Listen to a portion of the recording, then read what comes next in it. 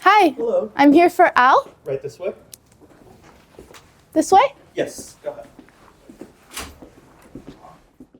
This is Mary Money Matters here with Al Nazarian from Nazarian Law. Welcome to our office. Thank you for having us. Welcome to Nazarian Law Group. We specialize in personal injury law and lemon law and civil litigation, located in the heart of Glendale, California. We're at 320 Arden Avenue, Suite 230.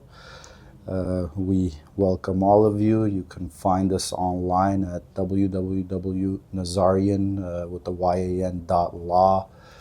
Same for our Instagram handle at nazarian.law. Happy to help anyone in the community in the Los Angeles area if you're injured or if you might have a car that's a lemon. We're glad to help you out, so reach out to us. Thank you, Mary, for being here again. Thank you for having us. We really appreciate it. So, what made you want to become a lawyer? Awesome, good start. So first, thank you guys for coming out to our office. I appreciate the time and the interview. As far as me becoming a lawyer, a big part of it, my main supporter was always my father from a young age.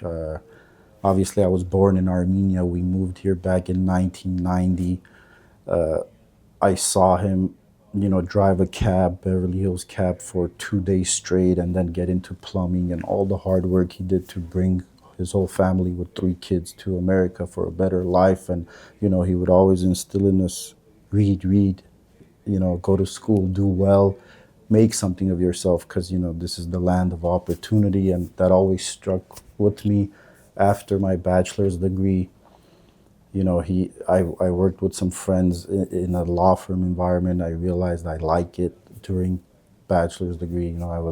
English was one of my strong points. What'd you get your bachelor's in? DeVry, Pomona, in business administration. Business administration. So and they would tell me, you should consider law, because obviously in our profession, English, reading, writing, all of that is such an important, critical part. So that was always on the back of my mind. Then when I started working in it in 2012, I realized, hey, there's something here. You eventually find your passion and see what you're good at. And I started law school, night classes locally here in Glendale Law School, while I worked. So, I've really found my passion in personal injury law, advocating for people that are hurt, that oftentimes can't really obviously represent themselves when it gets to a court setting and things like that. So it's very rewarding to kind of step out and fight for someone that's in need and can't quite do it themselves. And, it's something that since then, over 10 years now, I've been very passionate about. And that's really why we've had the returning clients we do. I think it translates over to them, and it's really just been based on a lot of referrals, and I'm very thankful for that. So, you were doing personal injury cases since 2012? Yes, yeah, exactly. Wow. As a case manager, then eventually I became an attorney. Wow. About 2-3 years now, opened my own law firm here at Nazarian Law Group. We have a nice little team together. We also do lemon law now. We're what you would, I guess, call a boutique law firm. A lot of people see those huge mill-style firms with 1,000 billboards here and there, that there's just a whole lot of people and so much happening. Ours is more, you could call it quality over quantity, as far as more hand-picked clients and cases and a referral system. Everyone becomes basically family and friends of the law firm at some point, because injury law is something that we really hold the client's hand through the entire process, which usually will take at least 6 months to a year, sometimes more, depending on complexity of injuries and the case, if it goes to litigation. So, that's kind of a little bit background about the firm and where we are now. So I kind of like it, this tight-knit, my goal is not to expand so much where we lose control of that very personal quality touch between the team as well as the clients. I think that's really important. Yeah, I can attest to that. You definitely feel like family when you walk in. Thank you. You guys definitely hold hands and yeah, Yeah, that I treat think people that's like, important. It yeah. resonates well with the client. Again, keeping in mind that we're, you could say, dealing with the two most important aspects of most people's lives, which is their health and financial, right? Because at the end of the day, they expect a certain level of compensation once we settle, once we get a jury verdict, whatever it may be, from the injury. So it's two very critical parts that you deal with, and you really get to know your client throughout, that 1 year, their family, you create a bond, I'm which is sure, nice. So, because people, if they don't have their health and they don't have a source of income, you're their only hope. So exactly, yeah, I agree. would you say your success is primarily a result of hard work? I feel like for most people that's probably the case. Yeah, you have to put in the time, the hours, and strive for something. Have your goals in place. Maybe write them down. Have a long-term vision. Have a short-term vision. I think everyone, at least every 5 years of your life, you should look back and kind of evaluate yourself. Recap. Be your first and hardest critic, and say, in 5 years, on many fronts, how have I improved and moved forward in life? Whether it's career-wise, financial, your family, your friends, your faith, fitness. I think that life is about a nice balance of many different parts. And anytime you put too much emphasis and go to excess in one field,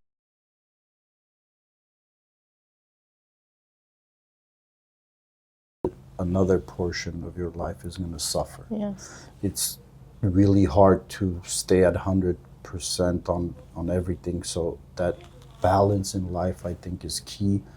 And being successful, again, has so many different aspects to it. Just financial for me is not enough. You have to have your family in place, your friends, your career. Stay fit, look after your health. You want to do whatever you're doing long term. I think that's super important.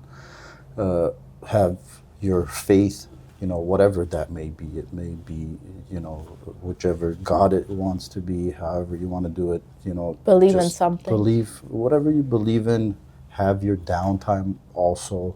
I think of us, let's say, if we're all some kind of battery operated, or a cell phone or an iPhone, at some point anything that's used excessively dies down. So what is it for me? What is it for you that puts you back to charge? You got to plug yourself in, which a lot of times is, for me, kind of a quiet downtime. I may just go into a sauna, be alone for an Read a hour book. or so, or read a book and kind of recollect your thoughts. Because if you're not alone and kind of in a quiet space, you're with someone, whether you want to or not, you're exerting energy. When you're constantly exerting energy, you're probably not charging yourself. You're not plugged in. So that balance, I think, is super important to not burn out, especially being in law that's so demanding, and why a lot of lawyers are super stressed out, because, we get into this America, land of Hustle, the great, hustle, that hustle. rat race. You're constantly running after God knows what. And then Success. next thing you know, life has gone by so fast. So to backtrack, calm down a little bit sometimes, charge yourself, regroup, and then go at things more meaningfully, and live in the now. I think is so important. Living in the Because a moment. lot of us are chasing the For next future. the next high, the next thing, that Yeah. bigger, the top of the mountain, and you forget to enjoy the simple little things in life. Like for me right now, this is one of those nice simple things. I'm Yeah. trying to enjoy having a nice conversation. Then I might get out. We have a balcony in the office. It's nice. The guys will see me sometimes step out and just stare at the sun with my eyes closed, get some sun in, and enjoy a couple quiet minutes. Yeah. So, I think we do get so wrapped up in that lifestyle where we forget. Naturally, that's I think worldwide everywhere, especially true in LA because it is so fast moving. The Hmm. dense population, very litigious city. I think if you want to know like accident rates, I read something like every 1 minute there's a car accident in Wow. Los Angeles. So that's Wow. what keeps all these, Great personal place injury to be as an lawyers. Yeah, attorney. keeps us all busy. But that's It's probably why the auto insurance is like peace, California. yeah, some of them are getting out of California. A lot of them are 20-30% hikes in the rates. Homeowner policies, autos too, naturally just with the high volume of claims. But when you have so many cars on the road, it's going to happen. So I many mean, people in a dense what can you area. do? So Yeah. When would you say you started considering yourself successful?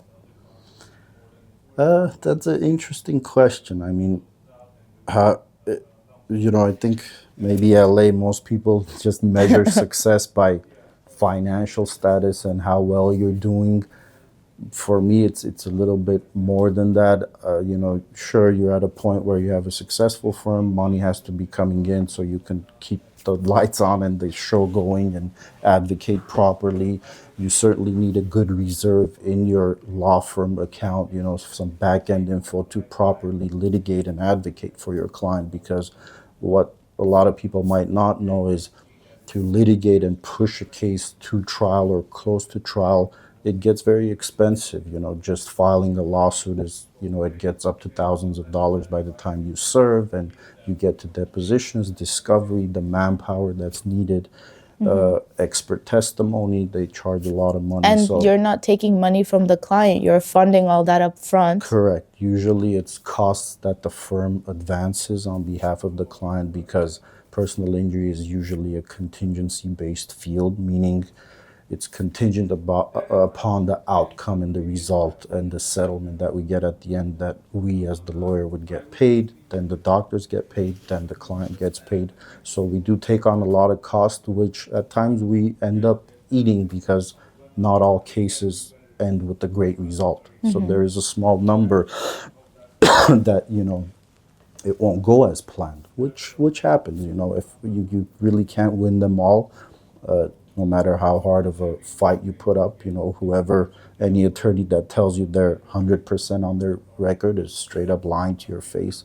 My whole thing is under promise and over deliver, and be as transparent and open and honest as possible because that's the ultimate respect of another human being. You Yeah. look in their eyes and you tell them how it is, the good, bad, the ugly. And sometimes in law, in litigation, in injury law, things get ugly. And the client deserves to know upfront the truth right away. And then you sit and brainstorm together. Do we keep going forward? Do we, detour a little bit? Do we double down and go even more aggressive? Do we track back a little bit? So that transparent approach, I think, is really important. And I think from a client's perspective and standpoint, it should really be one of the main things that you look for in your attorney. Just and 100%. the number one complaint we'll get, especially from people coming over from these big mill type firms, is not only can I not get a hold of my lawyer, I can't even get a hold of the receptionist or the legal assistant, which really baffles me.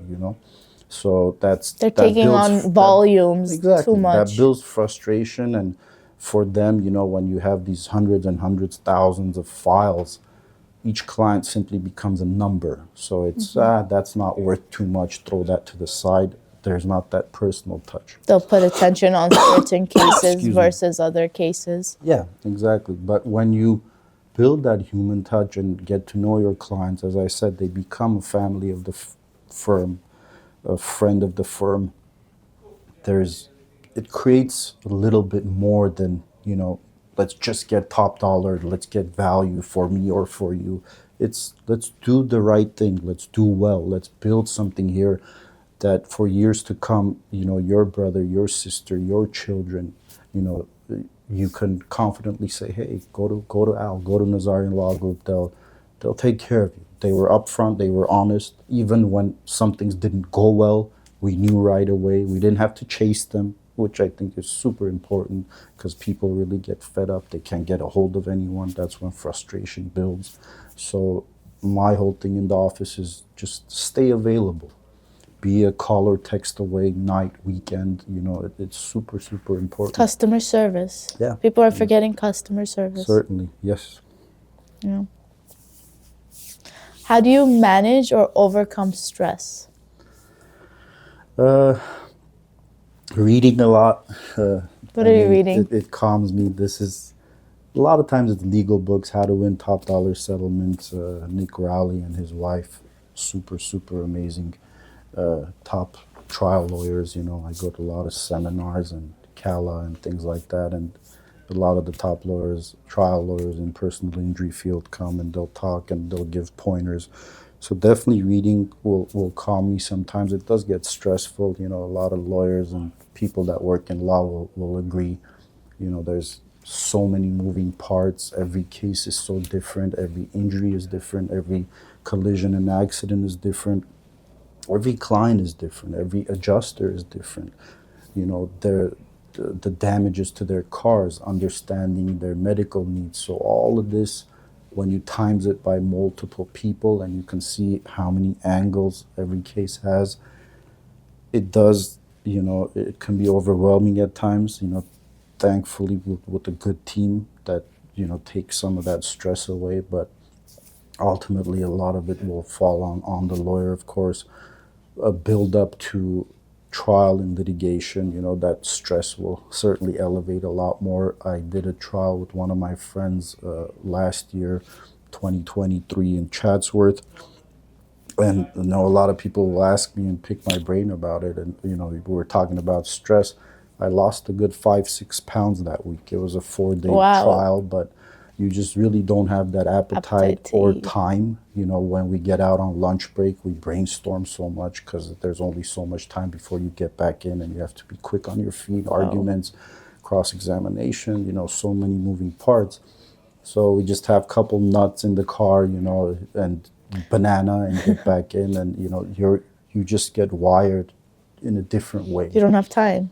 Reason being is because usually you're not going to get a second chance at it. The decision is made, jury comes with a verdict, it's done, So it's really unfair for you to not do everything possible for that client because that's their day in court and usually their final day, and the decision is, it's a make or break. And they put trust in you to actually go all the way to trial because they don't have to. Exactly. And you really build up to that. You really get to know them, their family, how their life has been affected, what's changed, little intricacies in their life, which you can only know by talking to a child or a spouse, Now, my husband comes home and he's always frustrated because he has this lingering pain.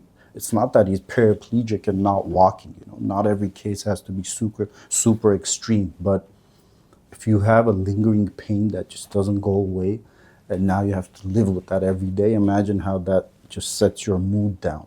And now how your reaction to family members changes. Changing your finding dynamic. And, it's not that you're always complaining and saying, but it's just something is not right there. So, it's causing you to be angry. So to bring all of that out in like a trial setting, you have to get to know family and talk to people and see, how you have to have your facts how are straight. They different now? So backtrack a little bit, So you do trials because it's rare to see a personal injury attorney doing trials. It's true to a certain extent, yes. It's just rare for injury cases themselves to get go to trial. So usually maybe about 5% will get to trial. You might end up litigating about 10% of your cases, which litigate means it goes to court. And, it's through the litigation process. But a lot of times as you get closer and closer to that trial date, both sides, will come sometimes through mediation. A court will intervene and they'll find common ground and settle, which is naturally in everyone's interest. Litigation, as I mentioned, gets expensive, stressful, time-consuming. Courts are often backed up, especially after COVID, so it'll drag out 1, 2, 3 years. which is not good for anyone usually. If you weren't an attorney, what other career would you explore? I haven't thought about that too much because I really do love what I do. My real passion, if you want to know, I for many years up to a semi-pro level, I played soccer. So Oh, no it'd way. be awesome to be a professional soccer player. I actually have some buddies that are professional soccer players. That would really be nice. But those are just dreams. You have to Dreams. have something realistic to fall back on, which was law school and law. I don't know. Other than this, uh, I've been good at sales before in the past, so I Yeah? think I would What do did you okay sell? in that.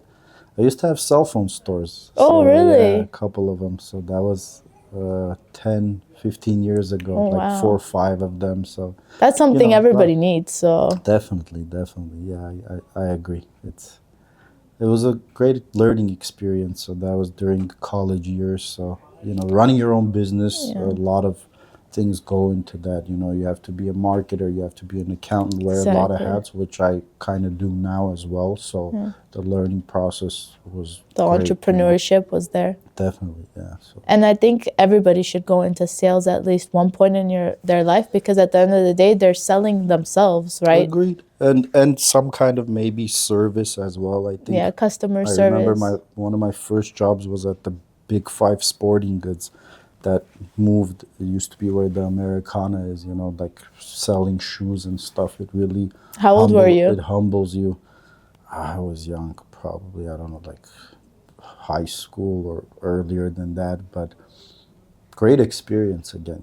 It Yeah. just Work I ethic. have a little boy now. At some point when he's old enough, definitely get them into like a Working. restaurant, some kind of line of work like that.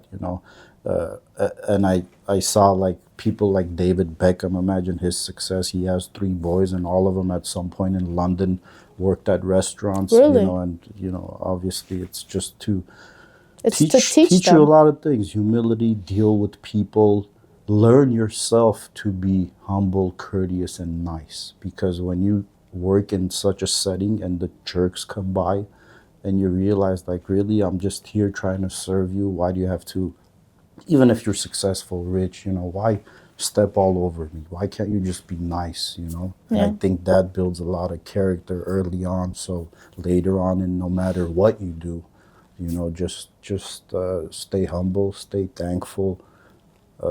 Establish You those know, roots early on. definitely, yeah, it Yeah. helps And it'll with carry kids, on to the rest of a lot. and of course, just a simple work ethic. Yeah. Just have a set schedule. When a boss tells you do this, be able to do that. Don't lash out at them. Yeah. There's ladders to success, I think, and those that want to rush it and get to something grand very fast, unless you get really lucky somehow, it usually just Like doesn't just go happen to that way. school and come out and then just Yeah, rush at success. some point you have to have mentorship, learn from someone, build yourself. That's in your career that you want to do long term, but even before that, all those simple service Yeah. jobs and sales and things like that, you just build pieces of yourself. And eventually, when you find your calling, you really can apply so much of what you did. And being and doing law, and as a trial lawyer, especially in injury law, it's so important to be as well rounded as possible because, like I said, every case, every trial has so many moving parts and aspects. So you got to know a little bit about a car, and where the washer fluid is where the engine is. On the other end, you have to understand how to read X-rays and MRIs and know some medical terminology. And like I would go and watch my clients do epidural injections, facet block injections, surgeries, and things like that. Like I had good doctor friends that would allow me in the ER room so I can see it up close. So you know what you're talking about when Yeah, you talk about it. we did in San Diego one of the biggest conventions for the injury law and TBI, med legal traumatic brain injury. We actually got to go in on brain cadavers. live Wow. and kind of work on the brain and understand Wow. traumatic brain injury. So when you're well-rounded and know little piece of everything for trial, and when it gets to that, it's so important to understand, because a lot of things come up, and it's great. What advice do you have for people out there that would want to be where you are today? I think so. If someone wants to get into the field of law and law school, the number one thing I remember is a lot of it is a endurance challenge. There were people that would come in really strong, and kind of their fire would burn out and they would fizzle away because they just gave it too much too fast and didn't last the 3 or 4 years that it takes, which means dedication, perseverance, discipline. So, those Consistency. 3 4 years, you just have to show up, put in the time. If it is law and law school, it really just consumes your life during those periods, but you have to understand that that's temporary. So you have to put everything as a secondary, you kind of have that tunnel vision and keep pushing. And there's times you get knocked down pretty hard by tests, by professors, you feel really stupid. It's okay. You just have to get back up. Gotta get back up, brush yourself off, and get back on it. Then eventually you get into the field of practice. Obviously, when you finish law school, you can go any direction you want, like I do civil litigation, but you can go into criminal, How would tax you law, recommend bankruptcy. someone to start after law school? What would you recommend for someone Honestly, to do? because you take all the different classes, from constitutional law, evidence, you can study tax, bankruptcy, immigration. At some point, I think during law school, you might feel what your niche is, what you enjoy. A lot of the students that I was in school with were already working at a firm, so they had some idea of which So get direction they want to experience. go. But life and careers are fluid, meaning it just changes over time. So you just can adjust, and you get tired of one thing after a couple of years, jump into criminal, and then you see that's bearing down on you too much. Maybe, you can make a change again. But each field is so deep and has so much to learn in. Like when I go and watch some of the top trial lawyers, they're in it 30, 40 years, 100 plus trials, and it humbles me when they say, "Yeah, we're just getting started, we're just learning." Always stay learning. That's the mentality you need, because it's each field on its own is really deep. That's why another thing that people should watch out for is the jack of all trades lawyer that advertises that they do this, they do criminal, bankruptcy, Yes. immigration. That should be really worrisome, because each field on its own is so complex and intricate. In one lifetime, I can't see, even the biggest whiz child knowing All all of these it. fields well. So either maybe they have different lawyers for each field, or they just know a little bit from each. Jack of all trades, master of none. Exactly. Does money buy happiness? Yes and no. The lawyer answer. We always say when we get stuck, depends. It's called the diaper answer. Depends. If you're in a sad place already and you don't have a good foundation, which for me starts with a solid family, parents, kids, wife, and good friends, I don't know, dump all the money in the world on anyone, see what they can really do with that and make themselves happy. Sure, you'll make some new friends wherever you put a nice table, drinks, and, everyone will surround you. As soon as that stops, they're gone. So the real important things in life, if you have a good foundation of people together, and now you can add to that a solid career that brings some money where you can do good for them and for yourself and grow with the team and enjoy it with good people, that's amazing. Yes, I can't say that none, it doesn't matter. It matters. If you're dreaming big, sure, drive the nice car, wear the nice watch, do good things in your life, but have some core values, some foundation of, whatever is real in your life. have genuine relationships to share the money with. Exactly, and try to do some meaningful things too, just by giving. You know, what is it that I'm passionate about with those that know me about the cause in Armenia. You know, I've never turned my back on it. I've lived here since 1990, gone back many times. I went back 1 week after the war. I went to Artsakh, Stepanakert. You know, we lost a beautiful city, amazing people. I went there, saw a lot of soldiers. I've kept in touch. We try to help as much as we can, very personally.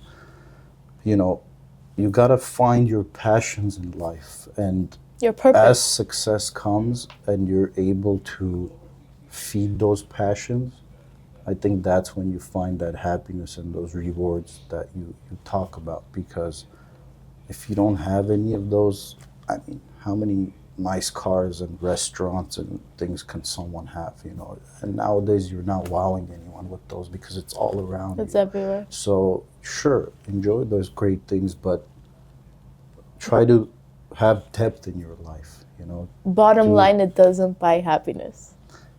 Just alone on its own, I don't think so. Not the true fulfilling only happiness. When you can already enhance the relationships and everything by giving better experiences to the people you care about with the money, maybe. Definitely, yeah. Because also, you got to be honest. Looking back at your success, what was a pivotal moment that you would say led you to all your success? Naturally, passing the California State Bar. I'm sure that's the common answer.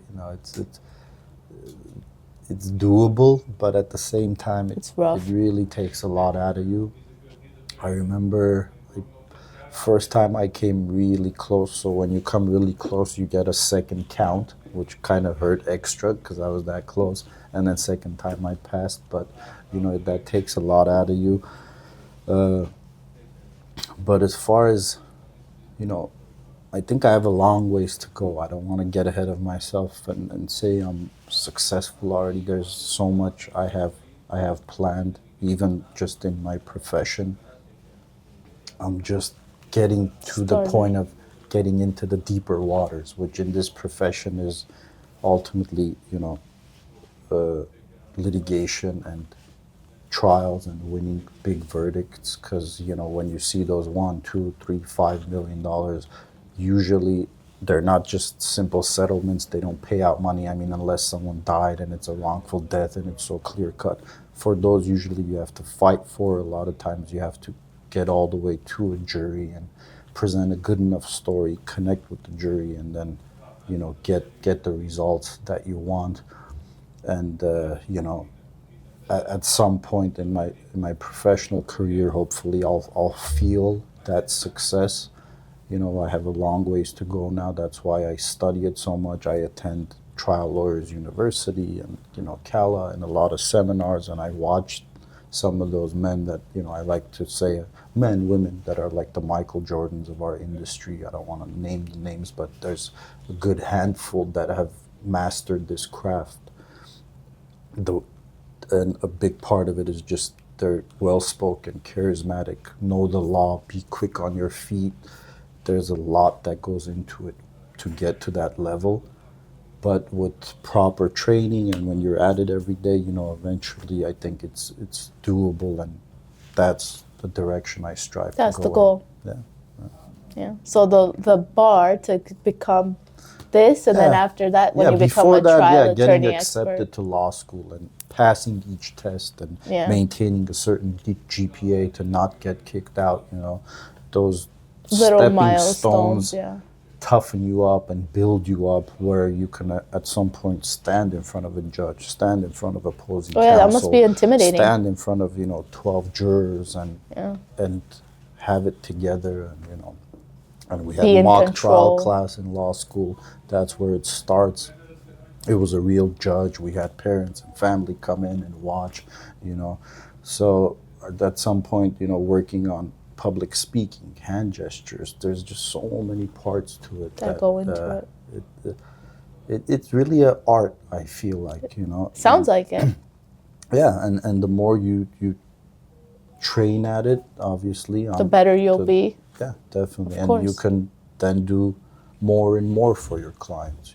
That's why the seasoned lawyers, talking about 15, 20 plus years in, are the ones that eventually start with the higher hourly rates and get the bigger, better settlements. You just have to keep grinding, put in the time and effort, and eventually doors open up for you. Good things happen. Just keep grinding.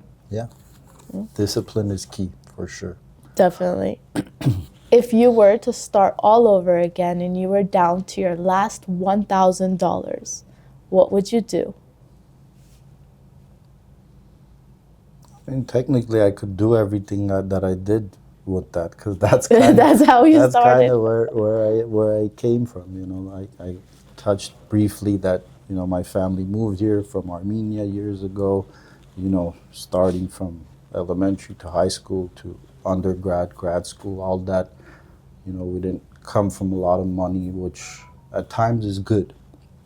One thing that me and my friends talk about a lot now, being the new generation growing up here, having more opportunity, what exactly do we want to pass to our children and offspring? Just because you can, should you do this, and buy this and give them the lavish I always think about this. lifestyle? And that's, I'm conflicted oftentimes that you shouldn't, or you should to a certain degree, or you should incentivize, Yeah. and To let not them kill their hustle.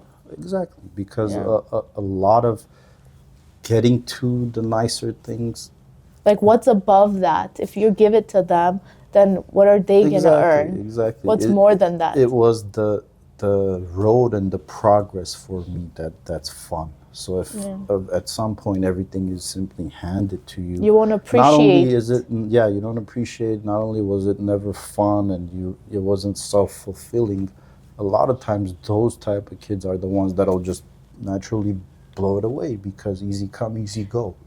Yeah. So, but when you kind of limit that, and sure, give them direction, proper guidance, at times step in, pay a tuition, do this, do that, but Help them. silver Don't platter enable everything them. Yeah. is not great. So you want to, let them even at times fall a little bit and get up and To learn find some things. themselves. Definitely. Because those kids, I've realized, like growing up with certain people that were handed more, they didn't have the opportunity to find who they wanted to be. Definitely. I mean, yeah, your purpose in life to Yeah. a certain degree gets lost when everything is easily accessible and it's readily available. And we find ourselves, I think, through the harder Hustle, moments yeah. in life, through the Yes. fighting, through the not Through sleeping that falling. night, going through trials and tribulations. Definitely. That's builds character. I think it's super Definitely. important. And the old adage that tough times create strong men, women, that I really feel like that's true, and we're in a big part of that now. I feel like, just Definitely. the weakening down of everyone, even masculinity. is Victimized. Victimizing mentality. I think it's led us to a lot of bad legislation, and Yes. we can see how it's impacted all our lives, especially in Society, Los yeah. Angeles and blue states, unfortunately. Oh, yes. I think it's okay to have some tough times and come out tougher and stronger. Rebuild. It's important. Yeah. Thank you for watching. If you have any personal injury, lemon law, or civil litigation, feel free to contact Nazarian Law. Thank you again, Mary. I really appreciate your time for coming out to Thank our you for- office.